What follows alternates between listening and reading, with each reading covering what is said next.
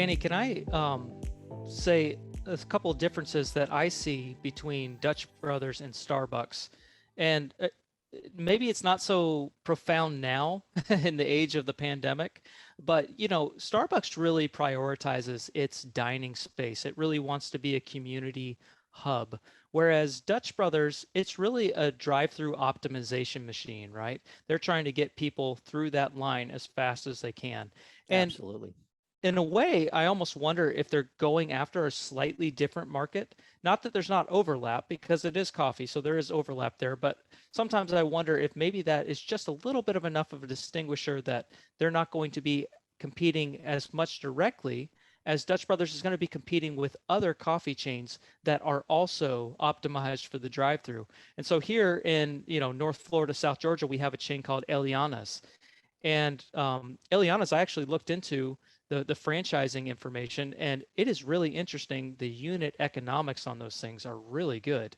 And I would assume the little bit that I did look at Dutch Brothers, very similar. And so there's a lot going for the structure of Dutch Brothers that I do like. My question is, are they going to be able to come over here to the East Coast where we have some other chains that are a lot like that and already established and well known? So that's why I put it where I did in the rank. Not so much because of Starbucks, but because of other chains that are a lot like Dutch Brothers. Yeah, the recent progress is definitely impressive. I know they're expanding somewhat geographically. I want to say into Texas is where they just recently expanded.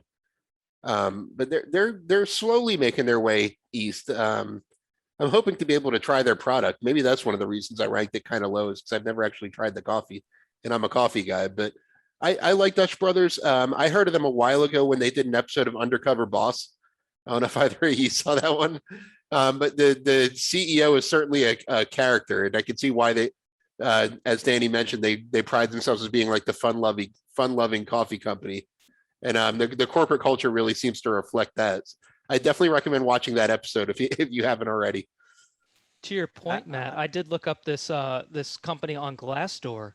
I was really surprised how high the Glassdoor ratings were for this. So Glassdoor is, just company perception of its own company, or employee perception of its own company. And, for a franchise, primarily franchise restaurant chain, I just wasn't expecting very much, but a lot higher than what I was expecting. So it seems like people do love working there.